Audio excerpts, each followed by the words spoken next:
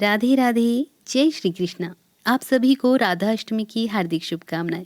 भगवान श्री कृष्ण के जन्म के 15 दिन बाद देवी राधा का भी जन्मदिन मनाया जाता है, जिसे राधा अष्टमी के नाम से जाना जाता है। राधा रानी का जन्मदिन भाद्रपद माह के शुक्ल पक्ष की अष्टमी तिथि को मनाया जाता है। इस दिन देवी राधा के भक्त व्रत रखते हैं और घर के मंदिरों में कृष्ण और राधा की पूजा अर्चना करते हैं। धर्मशास्त्रों में बताया गया है कि अगर आपको कृष्ण भगवान की कृपा प्राप्त करनी है तो देवी राधा का नाम जाप अवश्य करना चाहिए। तो आज की वीडियो में हम सुनेंगे राधा अष्टमी पर सुनी जाने वाली पौराणिक कथा। तो आप सभी श्रद्धा भाव से इस कथा को अंत तक अवश्य सुने और कमेंट बॉक्स में राधा रानी का जयकारा जरूर लगाएं। जय श्री राधे। एक पौराणिक कथा के अनुसार वृषभानु जी को एक सुंदर शीतल सरोवर में सुनहरे कमल में एक दिव्य कन्या लेटी हुई मिली और वो उसे घर लेकर आ गए। लेकिन वो बालिका आंखें खोलने को राजी नहीं थी। पिता और माता ने समझा कि वो देख नहीं सकती, लेकिन प्रभु लीला ऐसी थी कि राधा सबसे पहले कृष्ण को ही देखना चाहती थी।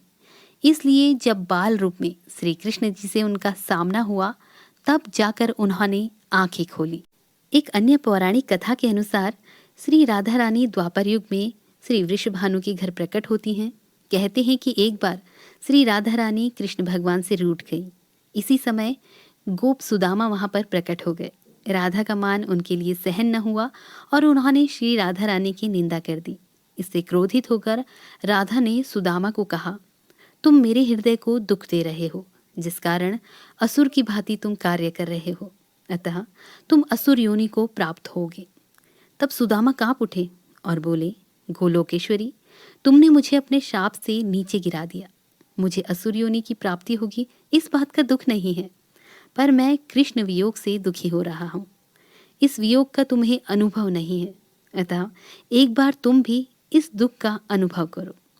सुदूर द्वापर में श्री कृष्ण के अवतरण के समय तुम भी अपनी सखियों के साथ गोप कन्या के रूप में जन्म लोगी और श्री कृष्ण से अलग रहोगी।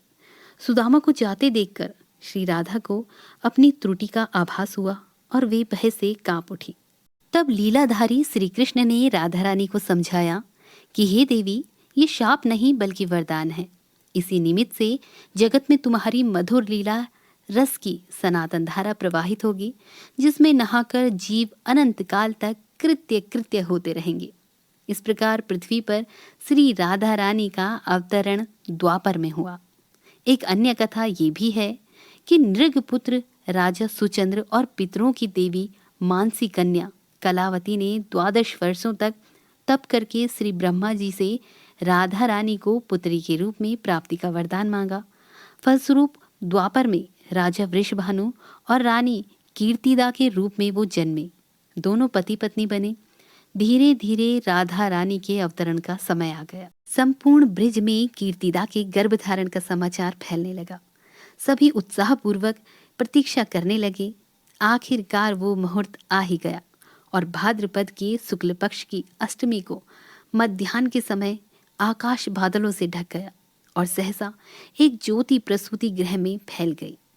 ये इतनी तीव्र ज्योति थी कि सभी के नेत्र बंद हो गए। एक क्षण पश्चात गोपियों ने देखा कि एक कांतिमान नन्ही सी बालिका कीर्तिदा मैया के समक्ष लेटी हुई है। उसके चारों ओर दिव्य पुष्पों का ढेर है। उसके अवतरण के साथ नदियों की धारा निर्मल हो गई। दिशाएं प्रसन्न हो उठी। शीतल मंद पवन मुस्कुराते हुए बहने लगी। पद्म पुराण में राधा रानी के अवतरण का वर्णन इस प्रकार मिलता है। पद्म पुराण में एक कथा मिलती है कि वृषभानु जी यज्ञ भूमि साफ कर रहे थे, तो उन्हें भूमि कन्या रूप में राधा रानी की प्राप्ति हुई। ये भी माना जाता है कि विष्णु जी के अवतार के साथ अन्य देवताओं ने भी अवतार लिया। वैकुंठ में स्थित लक्ष्मी जी राधा रूप में अवतरित हुई। कथा कुछ भी हो, कारण कुछ भी हो, राधा बिना तो कृष्ण है ही नहीं। राधा का उल्टा होता है धारा। धारा का अर्थ है करंट, यानी जीवन शक्ति। भागवत की जीवन शक्ति राधा है। कृष्ण देह है तो श्री राधा आत्मा है। कृष्ण शब्द है तो राधा अर्थ है। कृष्ण गीत है तो राधा संगीत। कृष्ण बंसी है तो राधा स्वर। भगवान ने अपनी समस्त संचारी शक्ति राधा में समाहित की है। इसलिए कहते हैं जहाम कृष्ण राधा तहाम, जहाम राधा तहम कृष्ण, न्यारे निमीश न होत कहू, सुमझी करहु यह प्रश्न। इस नाम की महिमा अपरंपार है। श्री कृष्ण स्वयं कहते हैं कि जिस समय मैं किसी के मुख से रा सुनता हूँ, उसे मैं अपना भक्ति प्रेम प्रदान करता हूँ, और धा शब्द के उच्चारण करने पर मैं स्वयं राधा नाम सुनने के लोभ से उसके पीछे चल देता हूँ। कृष्ण और राधा की भक्ति का कालांतर में निरंतर विस्तार हुआ है। कृष्ण के साथ श्री राधा सर्वोच्च देवी के रूप में विराजमान हैं। कृष्ण जगत को मोहते हैं और राधा कृष्ण को। तो भक्तों, ये थी राधा अष्टमी पर सुनी जाने वाली पौराणिक कथा।